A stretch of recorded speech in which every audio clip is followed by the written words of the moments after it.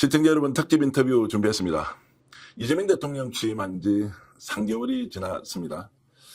여러분 어떻습니까?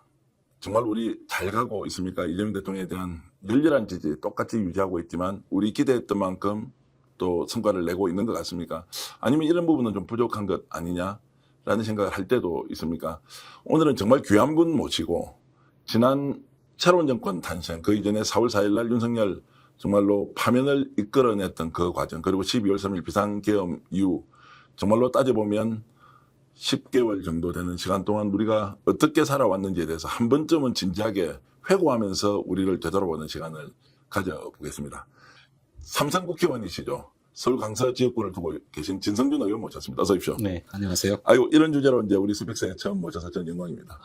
불러주셔서 감사합니다.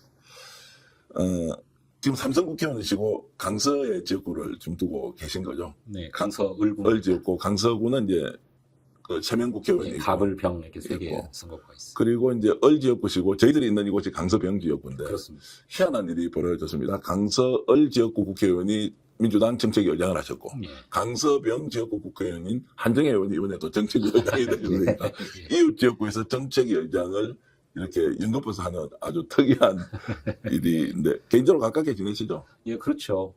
터가 좋은 것 같습니다. 그래요.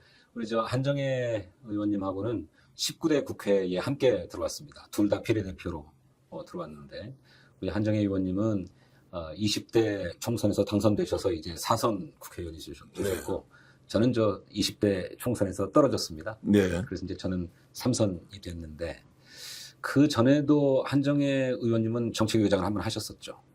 그랬다가 곧바로 환경부 장관으로 발탁되셔가지고 아마 짧게 정책위의장을 수행하시다가 네. 내려놓고 장관직에 가셔야만 했을 것 같아요. 그 당시에 정책위의장으로서 일하셨던 기간이 너무 짧아서 이번에 제대로 일하시려고 네. 그렇게 또 부름을 받으신 게 아닌가 생각합니다. 진성열 의원이 이제 3선이시고, 그 전에 이제 당직 생활도 짧게 이제 하셨고, 그리고 대통령실에 이제 청와대죠. 청와대 이제 근무도 하셨고. 근데 왜 3선이면 이제 보통 연배도 지금 이제 60을 향해 가지 않습니까? 네, 그렇습니다. 그러면 서울시장 출마한다 뭐 이렇게 서울지역구 3선 같으면 이렇게 할 것 같은데, 예. 제 주위 분들이 이렇게 얘기합니다. 엄청나게 자주 봤던 분인데 저분 누구시지? 이렇게 그래요? 얼굴은 굉장히 이건데 네. 잘 모른다는 분이 일단 많으셔서, 저도 이제 성품을 보니까 굉장히 조용하게 의정 활동을 매우 깊이 있게 탐구하면서 전문적으로 이렇게 하시는데, 막 대중적으로 이렇게 널리 나와서 활동을 하고, 지역 활동을 엄청 하시더라고요. 근데 이제 보통 이제 언론에 적극적으로 나와서 내가 뭐 이런 사람인데 이렇게 잘 안 하시는 것 같더라고요. 이유가 혹시 있습니까? 글쎄요, 뭐 특별한 이유가 있는 건 아닌데, 네. 글쎄요, 정치는 기본적으로 대중적 지지를 바탕으로 하는 것이니까, 대중 앞에 많이 나가서 자신의 정치적 소신을 밝히고, 또 그것을 통해서 지지자를 규합하고, 또 그걸 정치적인 원동력으로 삼아서 정치를 해나가는 것일 테죠. 그런데 모르겠습니다. 제가 처음 국회에 들어가게 됐던 배경이 일선의 말단 실무자로, 국회의원 말단 비서로 시작해서 익명으로 정치해왔던 기간이 너무 길어서 그런 것인지, 무슨 막 튀는 발언, 튀는 어떤 행보 이런 걸 통해서 정치를 해가야 되겠다는 생각은 별로 안 드는 것 같아요. 예. 아무래도 자기 경험이 이렇게 일반화되기 마련이니까 저에게 형성되어 있는 정치적인 어떤 습성이라고나 할까, 뭐 태도라고나 할까, 이런 것이 막 대중 어필하는 방식은 아닌 것으로 형성된 게 아닌가 싶습니다. 대중을 향해서 이제 어필하는 방식이 이제 다른 것이겠죠. 이제 정책 역량이나 실제 실력이나 이제 이런 걸로 이제 오히려 검증받는, 그리고 이제 대중을 향해서 열심히 이렇게 또 이제 알리는 분들이 있지 않습니까? 스타일이 이제 보통 그 노무현 대통령 생각해보면 굉장히 이제 열정적으로 대중과 만나고, 문재인 대통령 같은 경우는 오히려 대중과 만나는 것보다는 아주 조용하게 이렇게 이제 국정 운영을 하는 스타일이고, 후자 쪽이 좀 가깝다 이렇게 이제 태생적으로 좀 그런 것들이 훨씬 더 많습니까? 아니면 좀 조심조심 하시는 겁니까? 뭐 일부러 조심하는 것은 아니고요. 예. 그냥 태생이 좀 그런 것 같아요. 그리고 또 뭐 막 이렇게 내세워서 뭐 얘기할 만한 뭐 또 없으니까 더 그렇지 않을까 뭐 싶은데. 그런 건 아닌 것 같고, 뭐, 그 전문적 식견이 뭐 워낙 뛰어나서 뭐 당의 전략위원장 하시죠. 뭐 주요 당직이 있으면 다 그래도 당대표가 불러서 이번에 정책위 의장 하실 때도 보니까 뭐 정말로 많은 성과를 냈더라고요. 근데 이제 대중적으로 보통 정책적 성과 이런 거는 기억을 좀 하기가 어렵지 않습니까? 네. 이제 그런 면에서는 굳은 일을 마다하는 이제 스타일이 되는 생각도 좀 들더라고요. 예. 원래 정치하는 분들은 요만큼이라고 요만큼만 좀 남한테 알려야 되는 거 아닌가 싶기도 하고. 예, 뭐 저도 홍보도 많이 하고 싶고 예. 또 포장도 많이 하고 싶습니다만 뭐 그렇게 하지 않아도 평가될 대목에서는 평가될 것이다는 네. 믿음이 있고 또 자기가 뭐 좀 해야 되겠다고 자꾸 손을 든다고 해서 되는 일은 아니질 않겠습니까? 예, 예. 뭐 대통령은 하늘이 내는 거라고 하면 예. 뭐 서울시장이나 이런 단체장은 적어도 땅이 결심해야 되는 일 예, 같아요. 스스로 결심한다고 되는 일은 아니고요. 주변에서는 실제로 이제 삼선했고 정책위장, 전략기획위원장 했으니까 또 연배나 이런 걸로 봐서는 서울시장 도전 한번 해보라는 주변의 권유는 사실 많으시죠. 물론 이 이야기가 뭐 출마를 조심하고 말고 하고 이제 이런 거 좀 다르긴 한데. 뭐 많다기보다 저를 이제 아끼고 또 높이 평가하시는 분들은 예. 그런 도전도 해야 되는 게 아니냐는 얘기를 하시는 분들이 계시죠. 제가 이제 알기로는 올곧기도 하고 바르기도 하고 그다음에 좀 진보적인 생각, 우리 사회가 갖고 있는 이 구조적인 문제, 특히 이제 양극화 문제를 어떤 식으로든 제도적으로 좀 개선해야 한다는 부분에 이제 소신이 남다르고 또 거기에 대해서 높이 평가하는 분도 있지만 최근에는 이제 그런 진 의원의 그 진심이 좀 왜곡되어서 야, 이거 뭐냐, 성장 안 할 거냐, 뭐 이런 식으로 하면서 일부에서 비판을 하기도 하는데 이런 것들을 온몸으로 다 맡고 계시던데 예. 실제로 지금 우리 사회가 갖고 있는 이제 가장 큰 구조적인 문제 그리고 정치가 이걸 어떻게 풀어가야 될지 좀 총론적으로 먼저 말씀을 한번 해주시죠. 네. 그러니까 뭐 단적으로 그렇게 얘기하기는 어려워도 거칠게 얘기하면 우리 한국 사회의 어떤 근본적인 문제는 다시 민주주의에 있다고 생각하는데 그 민주주의가 정치적 차원의 민주주의에서 사회경제적인 차원의 민주주의로 심화 확장되어야 할 과제를 안고 있는데 여기서 지체되고 있다 저는 그렇게 생각합니다. 일반적으로 어느 나라가 민주국가냐를 판단하는데 마지막 준거가 있다고 하는데 그 준거는 선거를 통해서 여야가 교체되는가, 합법적인 선거를 통해서 이것으로 그 나라가 민주국가냐 아니냐를 판가름한다고 합니다. 그런데 우리나라는 이미 대통령 선거를 통해서 또는 국회의원 선거를 통해서 정권이 바뀌는 그런 역사를 반복해 왔기 때문에 이미 정치적으로는 민주화된 나라입니다. 뿐만 아니라 최고 권력자인 대통령이 국정농단을 저질렀다거나 또 이번처럼 내란 친위 쿠데타를 벌인 일이 있다면 국민들이 직접 나서서 그 권력을 끌어내리잖아요. 그런데 그것이 무슨 폭력적인 방식이 아니라 헌법이 정하고 있는 탄핵 절차를 통해서 파면하거든요. 이건 굉장히 고도의 정치적 민주주의를 구현하고 있는 것이다라고 저는 생각해요. 그런데 이 민주주의가 보다 더 우리의 생활 속으로 심화되려면 이런 정치적 민주주의가 사회경제적 차원의 민주주의로 확장돼야 된다고 생각합니다. 그런데 이런 과제를 특히 민주당 정부가 수립됐을 때마다 안고 있었지만 그 전임 보수 정권에 의해서 저질러진 어떤 형식적 민주주의의 훼손, 파탄 뭐 이런 것을 맞아서 늘 정치적 민주화 또는 형식적인 차원의 민주화를 선결해야 하는 과제를 늘 맡게 되는 거라고 생각해요. 이 때문에 정치적 지체가 발생하고 있다. 저는 그렇게 생각합니다. 네. 근데 물론 이것을 뭐 정치적 민주화가 실현된 다음에는 사회경제적 민주화로 나아가야 된다라고 하는 단계론으로만 접근할 문제는 아니고 할 수 있다면 동시적으로 추진해야 될 일이지만 우리는 늘 그 동시적으로 나아가서 보다 더 근본적으로 사회경제적 민주화로 심화 확장해야 될 단계에서 늘 정치적 민주주의의 문제에 늘 직면해 왔다는 겁니다. 그래서 저는 여전히 우리 시대 대한민국의 구조적인 문제, 근본적인 문제는 내용적 또 실질적 차원의 민주주의를 구현하는 것인데 그것이 본질을 형성하고 있지만 외부적인 요인에 의해서 정치적 민주화의 과제 또 남북관계의 문제 또 지금과 같은 경우에는 경제성장의 문제까지도 안게 되어서 불행하게도 그런 중요한 과제들을 4중, 뭐 5중 막 이렇게 겹쳐서 수행해야 되는 그런 굉장히 위기적인 상황을 계속 맞고 있다. 특히 민주당 정부가 그래 왔다고 네. 저는 생각합니다. 사회경제적 민주화라고 하면 이제 구체적인 내용은 좀 이따 설명을 좀 해주시고 이제 이 부분을 강조하면 필요성은 알겠는데 당장 나라가 어려운데 성장을 못하는데 경기가 어려운데 이거 뭐 어떻게 해야 되나 지금 평등 이야기할 때냐라고 이렇게 덩치를 지키면서 이것이 마치 민주당 정부는 성장을 하지 않는 정부인 것처럼 일종의 마타도 아니면 정치적 선전 그 언론 특히 보수 언론에서 아예 저 뭐 좌파 사상이다 이렇게 이제 공격을 하지 않습니까? 네. 근데 이런 부분이 실제로 맞는 것인지 아니면 어떤 부분이 아닌 것인지 좀 설명을 좀 해주시죠. 말씀하신 것처럼 우리가 고도 성장 시기를 겪어왔는데 그 고도 성장에 비례하는 사회복지는 지체되어 왔습니다. 물론 조금씩의 진전은 있었습니다만 그 고도 성장에 맞는 복지 체계 같은 것들이 정비되어 있느냐면 그렇지 못했죠. 동시적으로 추진되어야 될 과제인데 지금은 우리 성장 동력이 완전히 훼손되어 버리다시피 한 상황이기 때문에 1차적으로 우리 경제를 성장시켜야 된다고 하는 당면 과제를 안고 있습니다. 그런데 우리의 성장이 그래서 새로운 성장 동력을 발굴해내고 그것은 결국 기술 혁신과 기술 개발에서 찾을 수밖에 없는 것이지만 동시에 우리의 성장이 계속해 가기 위해서는 그런 혁신 동력의 발굴과 함께 삶의 기본을 보장해 주는 것이 동시병행적으로 이루어져야만 안정적인 성장이 가능한 시기라고 저는 생각해요.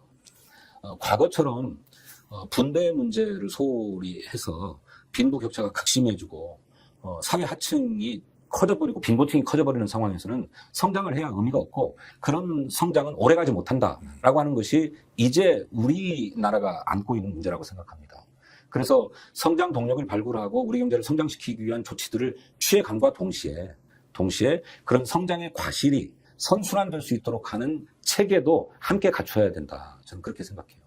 자, 그런 것이 지금 이재명 정부는 명확하게 목표의식을 가지고 대통령을 중심으로 가고는 있습니까? 예를 들어서 지금 뭐 성장 동력이 완전히 고갈된 상태에서 새로운 이제 성장 엔진을 만들자라고 하면 어떤 식으로든 성과가 나올 거지 않습니까? 네. 이걸 이제 사회적, 경제적 민주화 쪽으로 이렇게 할 수 있는 이런 제도도 함께 가고 있느냐 아니면 그건 지금 아직까지는 쳐다볼 겨를이 없는 것이냐 이런 부분은 어떻게 보십니까? 함께 가고 있다고 봅니다. 네.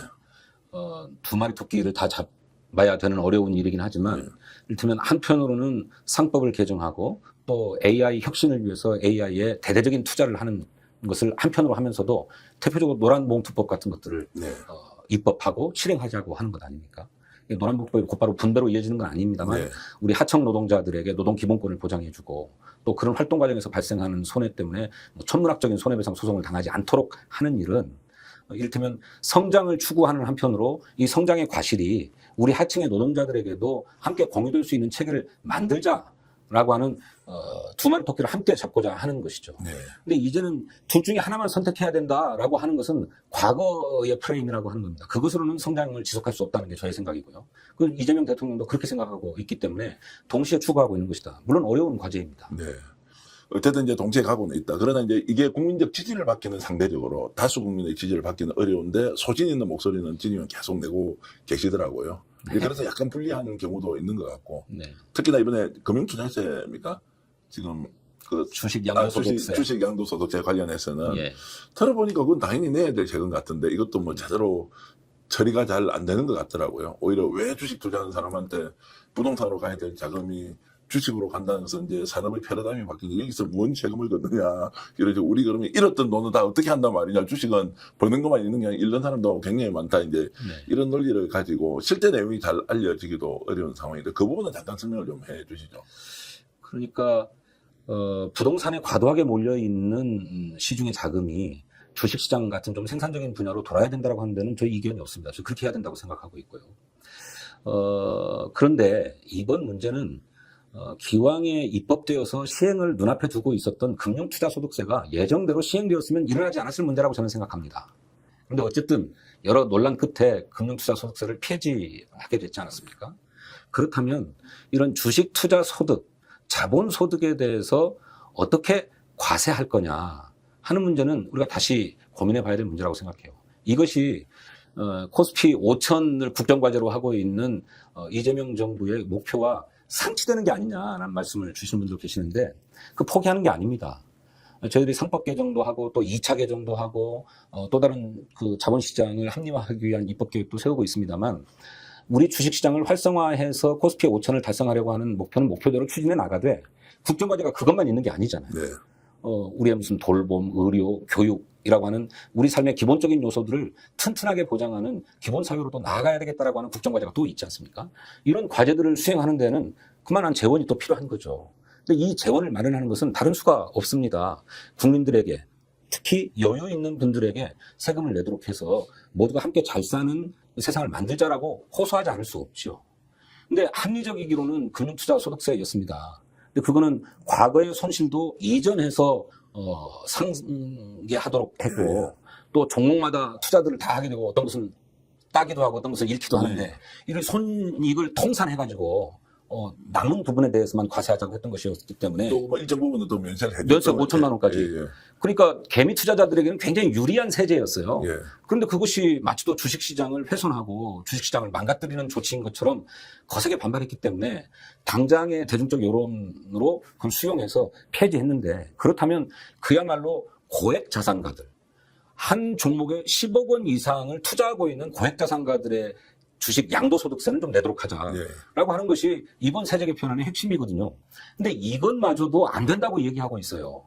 두 가지 측면에서 그런 건데, 하나는 그것이 코스피 5천이라고 하는 목표에 부합하는 거냐, 충분하지 않냐라고 하는 문제 제기이고, 또 하나는 같은 얘기이긴 합니다만, 그렇게 그 대주주 기준을 10억으로 하게 되면 연말에 그 대주주 기준을 회피해서 세금을 내지 않기 위해서 투매를 할 거다.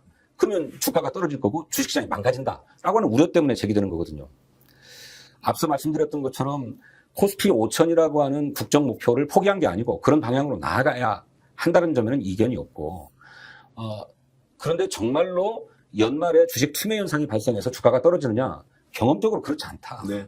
그리고 또 그 개인 투자자들이 세금을 회피하기 위해서 내놓는 매물들을 기관 투자자나 외국인들이 다 매수해서 사실상 주가는 안 떨어지더라라고 하는 것이 경험적 현실이거든요. 그렇다면 이런 점들을 인정해 줘야 되는데 왜곡된 정보로 과도하게 공격하는 측면이 있다고 저는 생각합니다. 자, 그래서 그러면 예를 들어서 이제 산업 패러다임이 바뀌면 주식 투자하는 쪽은 그럼 영원히 민세사업자처럼 이렇게 할 거냐, 거래처만 내는 걸로 끝날 거냐, 소득이 있으면 안 할 거냐, 뭐 이런 것은 말씀하신 대로 상계 처리, 뭐 우리도 개인 사업자 같으면 5년 전 거를 지금부터 내는 이익에서는 법인세든 뭐 개인 사업자가 소득세를 안 내듯이 네네. 주식도 똑같이 적용하는 것이 상식적인데 그렇습니다. 왜 주식 투자하는 사람은 다 그러면은 거래처 외에는 다 면세 방식으로 가야 되느냐라는 것도 저는 이제 의문대기를 이제 하고 있는데, 여기에서 원칙을 고수하면서 민주당도 국민을 설득을 못 시키거나 또는 주식 투자자들의 설득을 결국 이제 시키지 못한 상태에서 뭐 이러지도 못하는 상황, 이런 것들이 한계가 아니냐라는 생각이 드는데. 그래서 이제 주식 투자, 그러니까 우리 한국 주식 시장이 너무 좋지 않았고 코리아 디스카운트 요인이 오랫동안 해소되지 않고 계속되면서 주식 투자자들의 불만이 높은 것은 알겠는데, 네. 그런 합리적인 세제에 대한 합리적인 토론 없이 그런 여론에 쉽게 이를테면 타협해버리는 문제도 저는 있다고 생각합니다. 네. 또 부동산 시장에서도 주택 한 채 갖고 있는 분들의 납세의 어려움이 과다하게 대표되면서 이 문제에 대해서 손쉽게 타협해버리는 문제 때문에 우리 세제가 굉장히 불공평하게 또 불합리하게 만들어지고 있다. 저는 이거는 언젠가 한 번은 툭 터놓고 얘기를 해서 국민적인 동의를 얻어내야 될 사안이라고 저는 생각합니다. 네. 그런데 이 문제를 정면으로 다루는 것을 늘 회피해 왔다고 네. 봐요. 자, 그거는 어떻습니까? 이제 국민의 정책에 대한 이해도가 좀 낮아서 그렇다, 아니면 국회나 또는 정치권에서 설득을 좀 못 시키는 것이냐. 예를 들어서 종부세 논란 과거에 있었을 때 종부세 대상이 아닌 사람이 99%인데 네. 그 사람도 이 나라에서 왜 종부세를 가지고 다 사람 죽이느냐, 서민 죽이느냐, 이런 걸로 탁 가버리니까 종부세 문제도 건들지는, 대상은 극히 제한되어 있는데도 왜 그렇게 대중은 반응을 할까? 이런 것들은 혹시 뭐 연구해 보시거나 경험적으로 보면 왜 대중은 이렇게 그런 반응하느냐? 대중의 반응 자체가 뭐 OX로 또는 선악으로 갈 수는 없는 것이니, 네. 이런 부분에 대해서 왜 대중은 좀 이성적으로 받아들이지 못할까라는 질문은 스스로 좀 하시지 않습니까? 글쎄, 그게 이제 저도 풀리지 않는 의문입니다. 종합부동산세도 그야말로 1%, 잘해야 2%에게 부과되는 세금이고, 또 뭐 저 금투세도 그렇고 이번에 주식 양도소득세도 마찬가지로 1%도 안 되는 자본가들에게 부과되는 세금인데, 마치도 무슨 개미 투자자 전체가 다 세금을 내야 되는 것처럼, 또 뭐 집을 가지고 있는 사람은 모두가 다 종부세에 해당되는 것처럼 과장되고 과잉되고 있는 거죠. 근데 이 문제에 대해서 정치권이 조금 더 용기 있게 나서서 국민을 설득하려고 하는 노력이 필요하다고 생각하고, 특히 어떤 세금이든 국민에게 부담이 가는 것은 사실 텐데 특정 계층이라 하더라도 이 소수의 이해와 동의를 얻어내기 위한 사회 공론화 작업이 조금 더 치밀하게 이루어져야 된다고 생각해요. 그런데 정부도 그렇고 정치권도 그렇고 이 문제가 당장 세금 부과 대상이 되는 분들의 정치적인 반발, 저항을 우려해서 쉬쉬하고 한 번에 꺼내들어서 금방 처리될 수 있을 것처럼 여기다가 충분한 공론화나 설득 과정 없이 꺼내둬서 반발이 오면 그냥 접어버리고 후퇴하고 하는 일을 반복해왔다고 생각합니다. 그런데 이제는 우리 사회가 합리적인 사회로 나아가려면 그런 우리 사회의 딜레마라고 여겨질 만한 정책적 과제를 놓고 사회적 공론화 작업을 충실하게 밟아야 된다. 예. 그런 과정에서 정치인들이 조금 더 용기 있게 그것이 왜 필요한지를 설득할 수 있어야 된다고 저는 생각합니다. 자, 이재명 정부가 이번에 이제 확장 재정을 통해서 이제 적극적으로 국가가 이제 어쨌든 이제 경제 활성화를 위해서 재정 투입을 많이 할 거지 않습니까? 똑같은 문제가 이제 나라는 돈이 없고 세수는 더 줄어들고 기업은 어렵고 막 이런 이제 악순환 과정에서 좀 전에 지적하신 대로 소득이 있는 데서 좀 세금을 더 내야 하는데 그것도 한계가 있다. 결국 나라 빚만 늘어나는 거지 않습니까? 그거는 이제 저도 뭐 내게 아니기 때문에 국가이기 때문에 이렇게 좀 소극적으로 피해 있을 수 있지만 결국 이게 용기라는 것이 이제 공론의 장에서 뭔가 구체적으로 얘기하면서 설득해야 한다. 그리고 이제 정치적 부담을 어디까지 감수할 거냐, 정치적 책임을 얼마까지 질 것이냐라고 하는 것은 누군가는 해결해야 되는 문제 아닙니까? 그렇습니다. 예. 그래서 정치권이 조금 더 용기 있어야 된다고 생각합니다. 실제로 OECD 국가들의 평균 담세율이 GDP의 25%입니다. 그런데 우리는 문재인 정부 때 22%까지 올라갔다가 지금 17%예요. 네. 세금을 그만큼 안 내게 돼서 좋다라고 하실지 모르지만 이렇게 재정이 박해서는 앞으로 국가가 수행해야 될 일도 제대로 못하고 복지는커녕 새로운 성장 엔진을 마련하기 위한 투자도 못할 상황이 오는 겁니다. 그러면 세금 우선 내지 않기 위해서 그것도 모든 국민에게 부과하자는 게 아니고 읊는 과세의 원칙에 따라서 세금을 부담할 만한 계층이 부담하도록 하자. 여유 있는 분들에게 부담하도록 하자라고 하는 것인데 이거를 하지 못해서 우리 경제의 지속 가능성이나 우리 재정의 지속 가능성 자체가 망가져 버린다면 그거는 국정을 책임지는 정치인으로서의 책임 있는 자세가 아니라고 저는 생각해요. 자, 지금 확장 재정으로 가고 있는 이제 이재명 정부 2026년도 이제 예산안이 이제 대체로 지금 나오고 있는데 이러면 결국은 성장을 통해서 세수를 더 많이 이제 만들어내야 이렇게 해서 이제 소위 말하는 이제 그 마이너스를 좀 메꿀 수 있는데 그런 건 해낼 것 같습니까? 어떻습니까, 지금? 성장 엔진을 만들고 그것을 통해서 우리 경제를 성장시키고자 합니다만 그 효과가 금방 나타나겠는가 하는 생각은 있습니다. 못해도 한 3년, 5년, 어쩌면 이재명 정부 임기 내내에는 계속 투자만 하다가 그 이후 정권에서야 그 투자의 성과가 나타날 수 있는 게 아니겠나. 그래서 어쩌면 이재명 정부는 성장의 기반을 마련하거나 성장의 씨앗을 뿌려놓는 것에 머물고 그 뒤에 과실을 생각해야 되지 않겠나 하는 생각이 들 정도로 우리 경제 성장 동력이 완전히 훼손된 상태입니다. 구체적으로 어느 정도 훼손된 상태입니까, 지금 보시기에는? 지금 보니까 7월달, 8월달 우리 수출이 상당히 늘었다고 합니다. 뭐 관세 협상 뭐 이런 문제가 모두 불투명하고 대외적인 환경이 좋지 않은 상황에서도 수출이 느는 핵심적인 이유는 반도체 수출 때문에 그렇다고 하는 것인데 이 반도체를 빼고는 그러면 우리가 수출을 이렇다 하게 할 수 있는 분야가 뭐가 있는가? 없는 거죠. 그런데 이 반도체조차도 대만, 중국 뭐 이런 데에 의해서 거의 막 다 따라잡혀 오고 있는 그런 상황이라는 것 아닙니까? 그러니 새롭게 우리 경제를 떠받쳐 나갈 동력들을 마련해야 되는데 이 동력에 대한 투자가 지난 윤석열 정권 3년 동안 전혀 이루어지지 않았습니다. 오히려 주요한 미래 선진 기술에서는 거의 중국에 다 따라잡혀가지고 어떤 것은 중국을 못 따라갈 정도. 대표적으로 AI가 그런 것 아닙니까? 앞으로는 AI가 없이는 우리 산업활동이 거의 불가능한 상황으로 온다고 하는데 그 AI에서마저도 중국에 추월당해버린 상황이죠. 그러니까 이것이 앞으로 우리의 먹거리가 될 거다, 우리 경제를 떠받쳐 나갈 중심 동력이 될 것이다라고 할 만한 게 없는 상황이에요. 그래서 우리가 선택적으로 그래도 그나마 경쟁력이 있다고 생각되는 분야들을 발굴해서 거기에 집중 투자를 할 수밖에 없는 그런 상황인데 이것이 투자한다고 금방 그 갭이 메꿔지겠는가? 투자액의 절대 규모에서 미국이나 중국을 따라갈 수가 없지 않습니까? 비중은 높아도. 그러니까 낙관할 수만은 없지요. 네. 하지만 우리가 과거에 그렇게 따라잡아 왔던 전례가 있기 때문에 지금이라도 투자를 해서 어느 한 군데에서라도 승부수를 찾아야 된다 이렇게 생각하는 거죠. 이재명 대통령은 5년 동안 투자만 하고 그 다음 정부의 과실을 따는 것은 인정하겠지만 그래도 이 정부에서 성과를 엄청 내려고 노력할 것이다. 라고 이제 좀 생각이 들긴 하고요. 예, 그렇게 할 수밖에 없죠. 그래야 되고. 해야 또 예. 평가를 받고 그렇죠. 또 재신임을 이제 받는 문제가 뭐 지방선거든 총선이든 이어지지 않습니까? 네.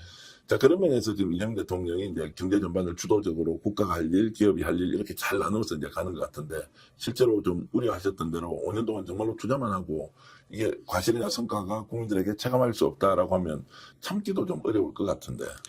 그래서 그렇게 민간 또 기업, 과학기술 분야의 투자와 함께 저는 공공부문에서 일자리를 만들어내는 일도 중요하다고 생각합니다. 갈수록 공공서비스에 대한 요구는 높아지고 있고 사회적 서비스에 대한 요구는 높아지고 있는데 이걸 다 민간에 맡길 수도 없고 그건 공공이 담당해 줘야 될 부분인데 어쩌면 이 부분에서 좋은 일자리를 잘 만들 수 있다고 생각해요. 이 부분에 대한 전략적인 배려, 고려가 필요하다고 생각합니다. 이거를 도외시한 채 민간에서 일자리를 창출할 수 있도록 연구개발 분야에만 투자를 계속한다거나 하면 당장 일자리 성과가 안 나타날 수 있죠. 네. 그런데 지금 우리 국민은 경제적인 어려움으로 인해서 민생마저도 어렵기 때문에 일자리를 만들어내야 됩니다. 그냥 쉬었다라고 하는 청년들이 지금 100만에 육박해 가고 있는 상황 아닙니까? 그렇다면 이런 청년들에게 괜찮은 일자리를 제공해 줘야 됩니다.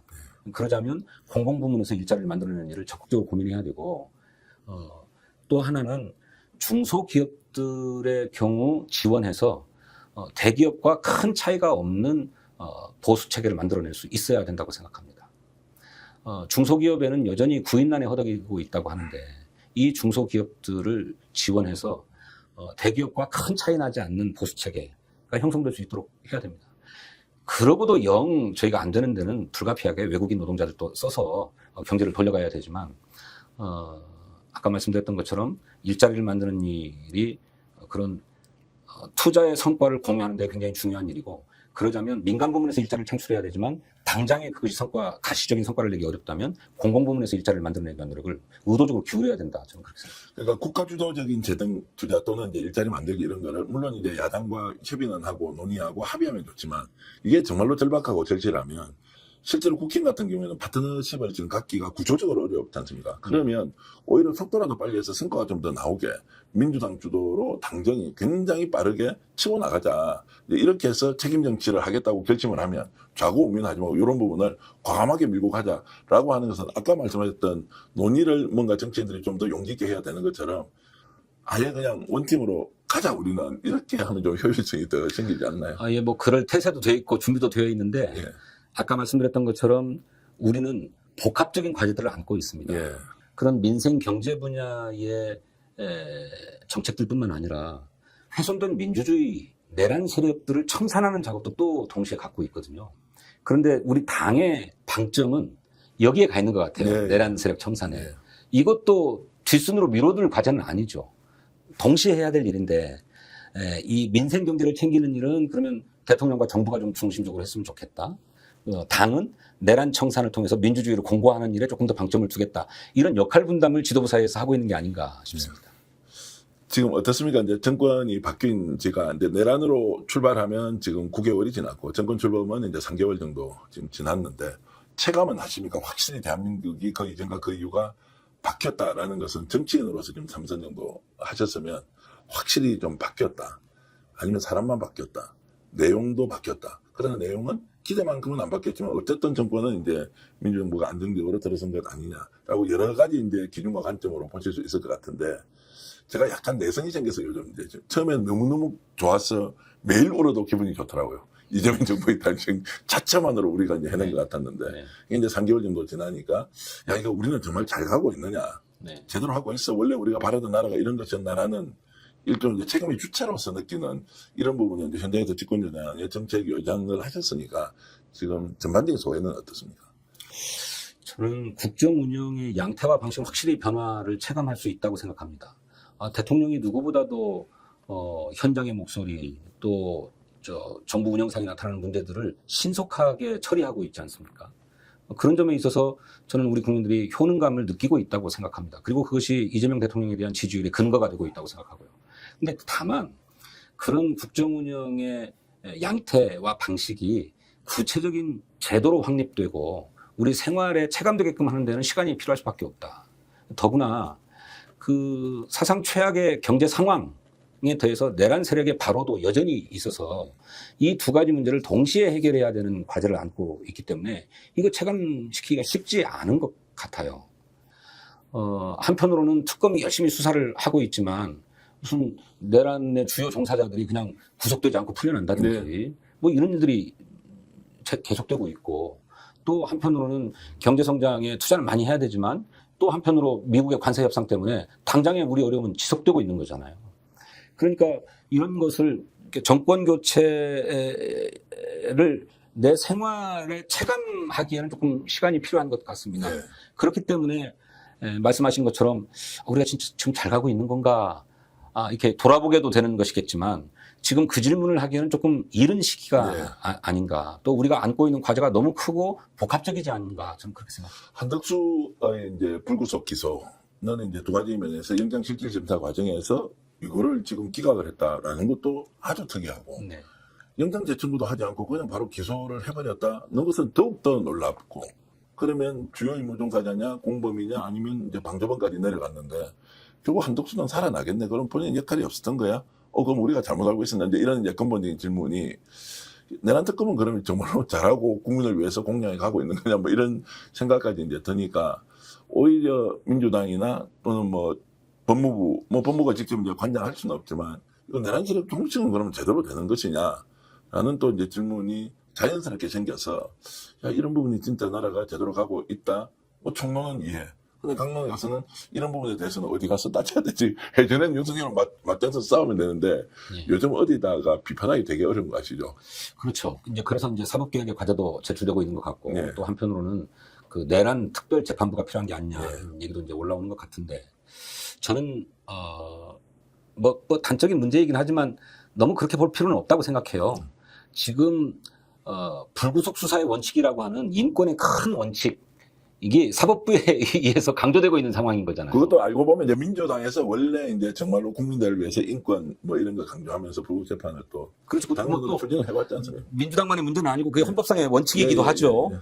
그런데 우리 헌정 질서를 부정하고 내란을 일으키려고 한 세력에까지 불구속 수사의 원칙이라고 하는 것이 지켜져야 되는 것인가 하는 의문이 있는 거잖아요. 국민들이 다 거기에 지금 이제 막 흥분하고 있는 거예요. 그렇죠. 그보다 훨씬 못한 범죄 혐의자들도 다 구속되는 마당에. 그러니까 그런 어떤 국민의 법 감정과 법적 원칙 사이의 균형 감각이 우리 사법부에도 필요하다고 생각해요. 그런데 우리 사법부가 독립재판부잖아요.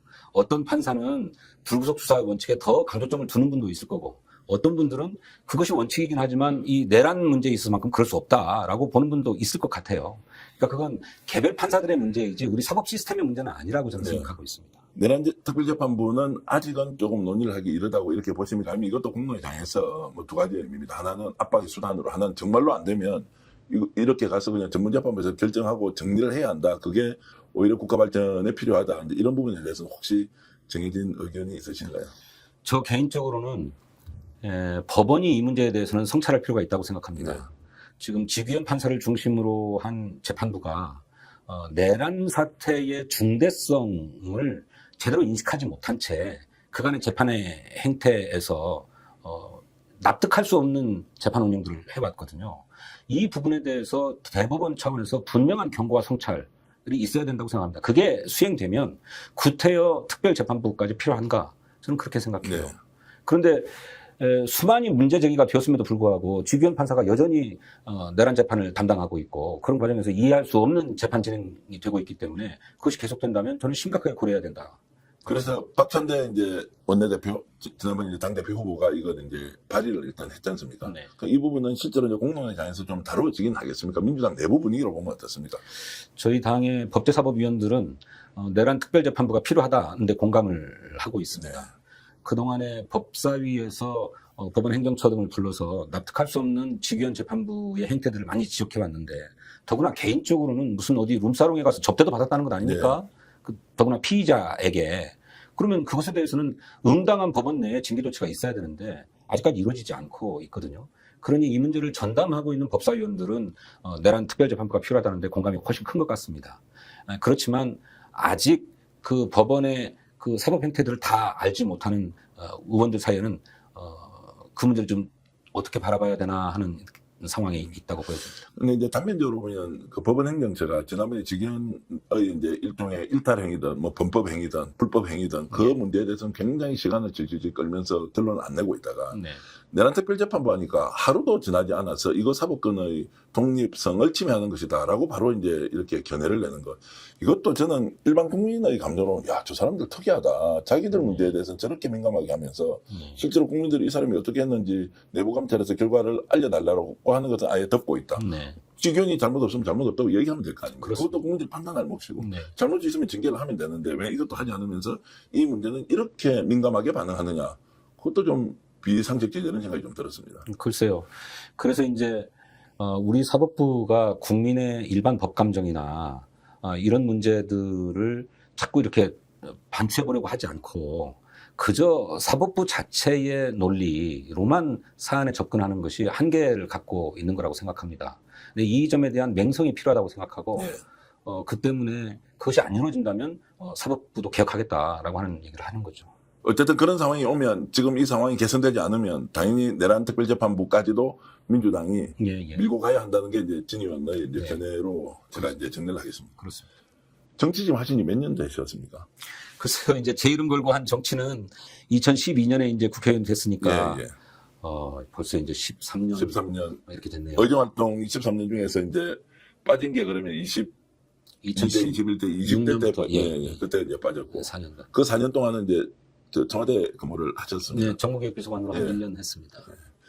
그러면 뭐 경험은 이제 다 해보셨고 어떻습니까? 점점 할수록 이게 정치가 훨씬 더 국민들에게 효능감 있게 좀 이렇게 하도록 좀 이렇게 발전을 하는 것 같습니까? 아니면 오히려 시간이 지날수록 정치의 질이 좀 더 떨어진다? 뭐 이런 것들은 어떻게 느끼세요? 아닙니다. 저는 정치의 질은 과거에 비해서 훨씬 좋아지고 있다고 생각합니다. 예. 제가 국회의원의 말단 비서로 일했던 시기를 포함해 한 30년 됐는데요. 제가 보좌관 비서관으로 일할 때 비하면 지금 정치인들의 업무의 강도나 또는 국민들과의 소통의 자세나 비교할 바 없이 크고 깊어졌다고 생각해요. 예. 근데 그만큼 국민의 눈높이도 높아졌고 요구 수준도 높아졌는데 그런 국민의 요구 수준에 충실히 부합하고 있냐 하면 그렇지는 않죠. 그것은 우리 정치 지형의 양극화에도 원인이 있다고 생각합니다.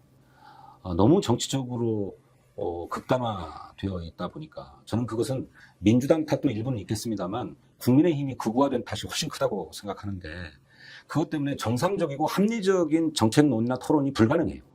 모든 사안에 대해서 정치적으로 접근한다는 말씀이죠. 제가 얼마 전에 금융권 인사들이 모인 포럼에 나가서 토론을 한 적이 있는데 저 상대 패널로 국민의힘의 기획재정위원이 한 분 나오셨어요. 원화 스테이블 코인을 도입하는 문제와 관련해서 토론을 하는데 저희는 대통령 선거 때도 공약했고 국정과제에도 포함됐고 당연히 원화 스테이블 코인 발행해야 되겠다고 생각한다. 이 입장을 냈는데 그 국민의힘 의원은 당신들도 원화 스테이블 코인 발행을 지원하는 입장이었는데 이제 이재명 정부가 한다고 하니까 다시 생각해봐야 되겠다 이렇게 발언하더라고요. 네. 제가 깜짝 놀랐습니다. 아니 금융 정책 사안에서 어느 정권이 이것을 추진하냐 마냐 하는 문제로 자기 입장이 변화될 수 있는 문제입니까? 그렇게 접근하는 문제가 아니죠. 그런데 그런 사안에조차도 정치적인 접근과 정치적인 잣대가 앞서 나오고 있기 때문에 정상적인 토론이 불가능하다. 저 사람들하고. 그 말씀은 이제 민주당 쪽 의원은 이제 업무량, 학습량, 그리고 경험과 지식이 훨씬 더 국민들의 뜻에 부합하도록 오히려 이제 발전을 해왔는데 오히려 국힘은 거부극단화되면서 퇴행화되고 있다라는 이제 느낌으로 이제 좀 들리긴 합니다. 그런데 이제 외부에서 봤을 때는 정치가 지금 국민의 뜻을 따라오지 못한다라고 하면 이제 국회라는 공간은 여야가 공존하고 있는 공간인데 협치가 안 된다. 대화가 안 된다는 것은 알겠다. 그럼 국힘 탓만 하면 종합적으로 국민들은 그럼 정치가 국회가 할 역할 제대로 못하는 거 아니냐라는 또 당연한 이렇게 질문을 던질 수 있지 않습니까? 또한 어쨌든 김문수 후보를 지지했던 국민도 40%가 넘는데 그것이 옳든 그러든 근데 그렇게 봤을 때 정치 전반을 좀 복원시킬 수 있는 길은 정말로 없는 것이냐. 수준은 알겠고 차이도 충분히 인정하겠지만 이걸 어떻게 이제 풀어갈 것이냐라고 하는 것은 이제 평균적 국민의 시각, 지지하지 않았던 반대쪽의 40%의 시각으로 봤을 때 이제 어떻게 풀어갈 것인가라는 질문을 좀 드리면 어떻습니까? 이제 그래서 이제 대통령도 미국에서 돌아오자마자 여야 지도부 회담을 해야 되겠다라고 얘기를 하고 또 뭐 그렇게 협치하겠다고 하는 자세는 되어 있습니다. 충분히 토론하고 논의하되 끝내 합의를 하지 못하면 그건 결국 표결하는 것을 원칙으로 해야 됩니다. 그런데 국회에서의 표결을 의회 독재라고 얘기하면서 국회 개회식에 상복을 입고 나올 정도가 되니까 이게 정상적인 민주적인 의사결정 시스템을 존중하는 것인가 하는 의심이 있는 거죠. 근데 그렇지만 그럼에도 불구하고 그들을 상대로 계속 이야기하고 설득하고 하는 수밖에 다른 수가 없다. 저는 그렇게 생각합니다. 그래서 이제 속도전으로 가야 되는 건 민주당 주도로 당정이 가는 거고 아니면 이제 아니대로 협치 가능한 거는 이제 부분적으로 또 논의를 하고 뭐 저도 사실 대책 없이 질문 드리는 거죠. 그 대책이 없다는 것은 워낙 지금 국회라는 공간에서 이루어지고 있는 일이 비상식적인 것이 일반화되어 있으니까 이걸 어떻게 이제 풀어갈 것이냐라고 하는 부분은 이제 집권 여당의 의원으로서 충분히 이제 상황을 잘 파악하시리라고 보고요. 그 약간 다른 질문이긴 한데 50대 후반이시죠. 예. 정치실은 좀 계속 더 좋아지고 있다고 이렇게 말씀하셨는데, 인생의 질도 좀 많이 좋아졌습니까? 이제 학창 시절에는 학생운동 하다가 특히 이제 진 의원께서는 전북대 중학생회 부회장 하던 시절에 군에 가서 육군교도소에 수감이 됐던 적도 있던데, 네. 인생 전체를 20대 청년 시절부터 지금까지 이렇게 반추해보면 지금이 제일 좋습니까? 아니요, 꼭 그렇지는 않습니다. 글쎄요, 뭐, 잘못 살아왔다는 생각은 하진 않지만, 오히려 젊은 시절로 다시 돌아가면 어떤 삶을 살까 하는 생각도 하지요. 뭐, 나름으로는 치열하게 살아왔다라고는 생각을 하는데, 또 한편으로는, 제가 개인적인 경험을 잠깐 말씀드리면, 제가 이제 군사재판을 받고 육군교도소에 가게 되었던 가장 직접적인 동기는 제가 학생운동을 하다 군에 왔다라고 하는 사실이 부대 내에 다 알려져 있는 사실이어서 그것 때문에 굉장히 많은 이를테면 탄압을 받았어요. 고초를 겪었고, 예. 그래서 이게 군대가 이래서 되나 해서 이제 뜻맞는 동료들하고 군대가 왜 이렇게 폭력적이고 또 더구나 군사 쿠데타를 일으켰던 군대가 그것에 저항하려고 했던 학생운동에 대해서 이다지도 적대적인가라고 하는 문제를 토론하다가 이제 조직사건으로 엮여서 군사재판을 받았는데요. 군사재판을 받고 사단에서 보통 군사법원 재판을 받고 항소를 하면 고등군사법원에서 재판을 받게 되는데 그렇게 되면 육군교도소로 이감을 가게 되고 계룡대에 있는 군사법원에서 재판을 받습니다. 근데 재판을 받기 위해서 계룡대 갔더니 우리 군의 지휘부의 규모와 위상이 어마어마하더라고요. 그 뭐 팔각형의 건물로 뭐 아주 훌륭한 대학 캠퍼스 같이 넓은 공간에서 막 별 단 분들이 막 일을 막 하고 있고 이런 모습을 보면서 야, 저 짱돌 하나 들고 세상을 변혁시키려고 했던 게 너무 무모했구나 하는 성찰도 하게 됐습니다. 그게 아니라 제도와 법률을 점진적으로라도 바꿔가려는 노력이 실질적인 것이구나. 그냥 젊은 혈기로 짱돌 주자고 하는 사람들이 많이 모인다고 해서 바뀌는 게 아니구나 하는 생각을 하게 됐어요. 그래서 이제 결국 제도정치권에 몸담는 계기가 됐는데 그 시절에 치열하게 살았다라고 하는 것은 그 나름으로 지금 제가 정치를 해나가는 동력이기도 하지만 그 시절과 지금을 비교해 보면 그때 열정 못지않게 뭐 나름의 고난을 겪으면서 저 스스로를 돌아보고 성찰하는 계기도 되었다 그렇게 생각합니다. 육군교도소에 얼마나 계셨습니까? 육군교도소에 살았던 기간은 아마 한 3개월인가. 수감 시간은 한 3개월 그 당시에 했습니까? 육군교도소에 산 건 그렇고 이제 그렇게 해서 그 앞으로 감옥살이 할 날이 많으면 군대를 전역시켜서 민간교도소로 넘깁니다. 그렇게 해서 이제 민간교도소에서 산 것을 토탈하면 3년 6개월 감옥에 살았습니다. 실제로 너무나 고통스러웠을 거 아닙니까? 그 수감 생활이라는 것은 뭐 눈앞이 깜깜했을 거 아닙니까? 뭐 아무것도 안 보이는 거, 그럼 학교로 돌아갈 수 있을지 없을지, 뭐 법학도로 갈 수 있을지 없을지 그런 중간중간을 지낸 걸 다시 이제 되돌아보면 어떻게 그 당시의 상황을 겪었었던 고통을 이렇게 극복을 하신 것 같아요? 글쎄요. 그래서 처음에는 그런 어떤 과거 학생운동 방식에 대한 성찰과 반성 이런 것들로 좀 힘들었죠. 그런데 이제 나중 되면 방법론상의 변화, 좀 더 유연해지고 조금 더 점진적인 변화, 과거에 혁명, 변혁 뭐 이런 걸 꿈꿨다면 이제는 개혁, 뭐 개선 이런 것이 현실적인 방안이 아니겠는가라는 고민을 하면서도 우리 사회의 근본 문제에는 변화가 없다. 이를테면 독재를 극복하고 정치적으로 민주화를 실현해야 되는 문제라든지 또 그 독재의 여파로 발생하는 우리 사회의 빈부의 격차의 문제, 사회 기층 민중의 어떤 생존권을 보장하는 문제, 또 대외적인 관계에 있어서도 상대적인 자주성, 자율성을 높이는 문제, 이런 문제는 우리 사회가 풀어야 될 구조적이고 근본적인 문제다라고 하는 신념에는 변화가 없었습니다.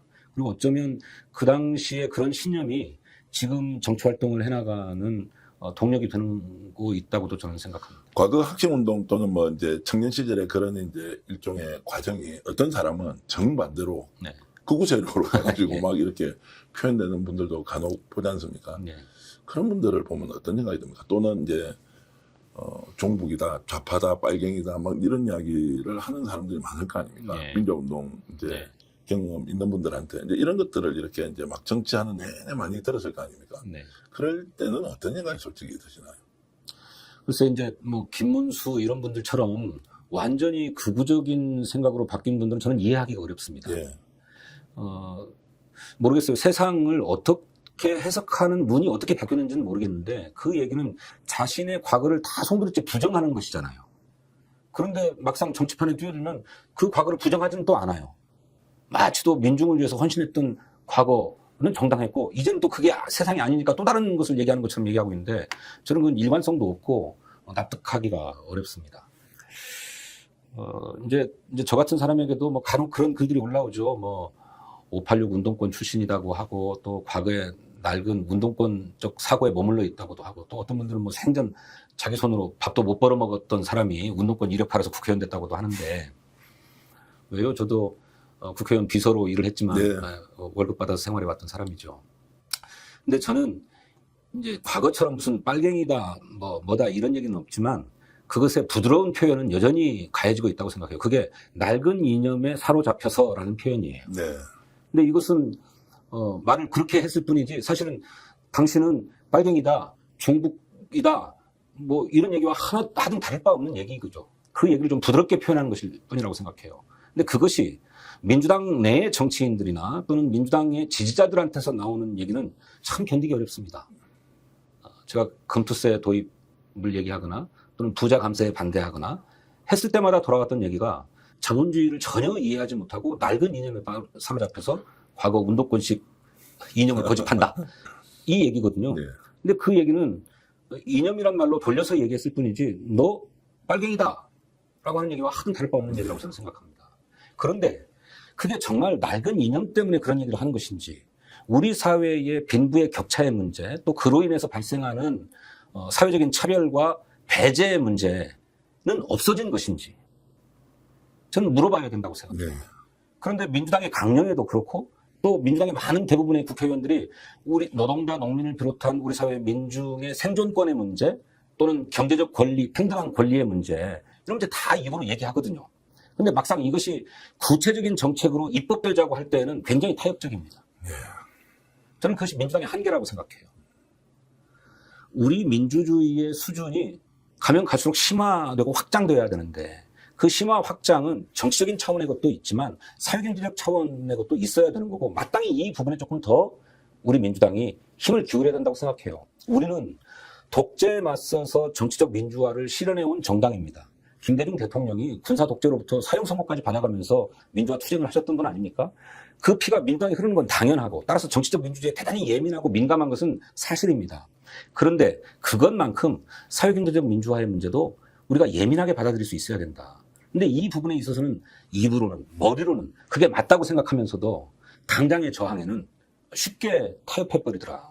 그런데 정치적 민주주의에는 저항이 없냐 하면 그렇지 않잖아요. 극우 세력을 중심으로 해서 보수 세력들이 완강하게 저항하지 않습니까? 이 독재를 청산하고 내란을 청산하자고 하는 데에도 정치적 반대 세력이 있어요. 이것에는 일체의 타협이 없는데 네. 사회경제적 민주화의 문제에 있어서만큼은 늘 타협한단 말이죠. 저는 이게 민주당의 한계다.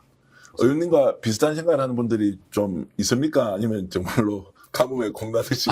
있겠지요. 왜 없겠습니까? 근데 다 그걸 왜 무슨- 종폭론을 향해서 이걸 논쟁을 하면 당장 정부가 선택을 못하는 뭐 한계가 있다 하더라도 지속적으로 문제 제기를 하면서 어떤 부분까지 우리 사회에서 타협을 해낼 것이냐 아니냐라고 하는 것은 누군가 문제 제기를 하지 않으면 결국에는 사회적 불평등이 심화되지 개선되지는 않을 것이다 이렇게 생각할 수밖에 없지 않습니까? 그렇죠.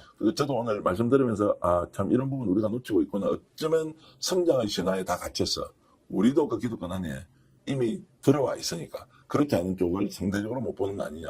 이거 보라고 해서 민주진보가 있는 것인데 네. 뭐 이런 생각까지 좀 드네요. 외롭겠습니다.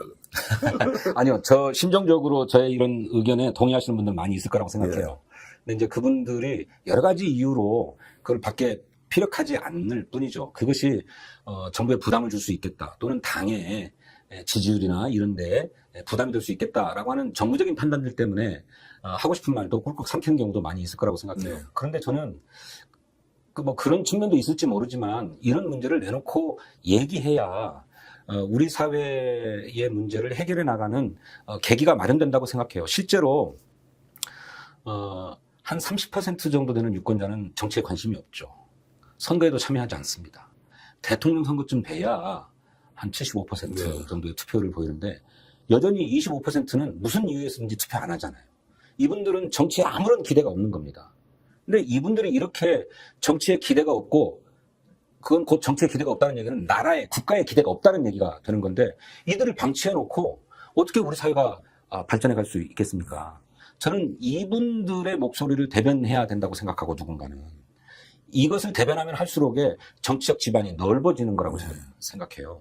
그러니 누군가는 이 목소리를 계속 내서, 누군가는 우리를 대변해서 그런 목소리를 내는 분도 있구나. 그리고 이런 목소리가 점점 커지면 우리에게도 살 길이 열리겠구나 라고 하는 희망을 줘야 된다고 생각합니다.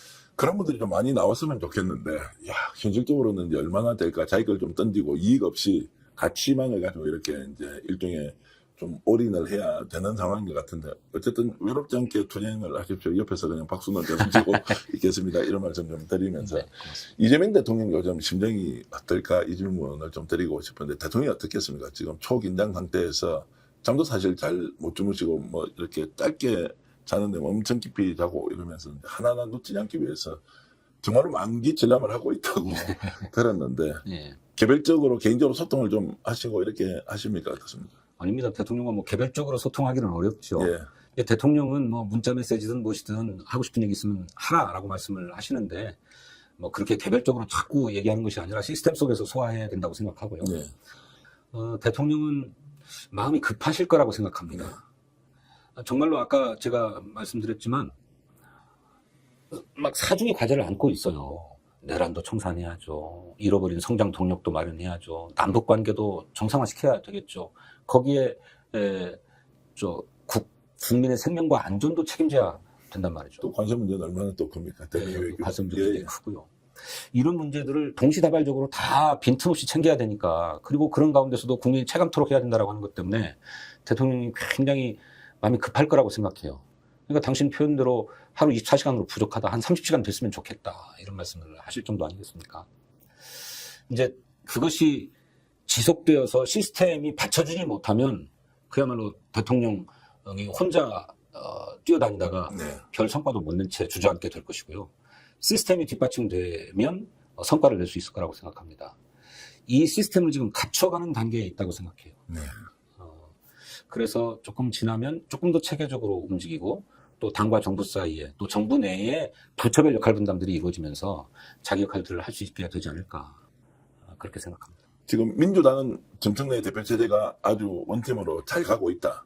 이렇게 이제 우리가 보면 되겠습니까? 일부에서는 뭐 박찬대 후보가 대표가 됐으면 훨씬 더 원팀이었다. 이렇게 보고, 이번엔 또 정청래 대표가 저렇게 그 검찰 해체와 관련된 이런 논란도 딱 정리하는 거 보니까 오히려 정청래 대표가 잘 됐다. 뭐 이렇게 판단하는 분도 있고 한데, 어쨌든 지금 당정 간에 이렇게 원팀으로 속도를 서로 맞춰서 가는 것은 혹시 국회가 좀 뒤처지는 거, 집권 여당이 조금 늦은 거 아니냐? 아니면 정상적으로 잘 가고 있다. 이 부분은 어떻게 평가하십니까? 그 당내에 지난 전당대회의 결과를 부정하는 사람은 없습니다. 네. 없고, 이제 심정적으로 기층 당원들 사이에서 뭐 박찬대 의원을 지지했던 분들로서는 뭐 정청래 대표의 하는 일이 조금 마음에 안 들어 하는 부분도 있을 수 있다고는 생각하는데, 전체적으로 보면 뭐 그런 것은 아니고 네. 원팀으로 가고 있습니다.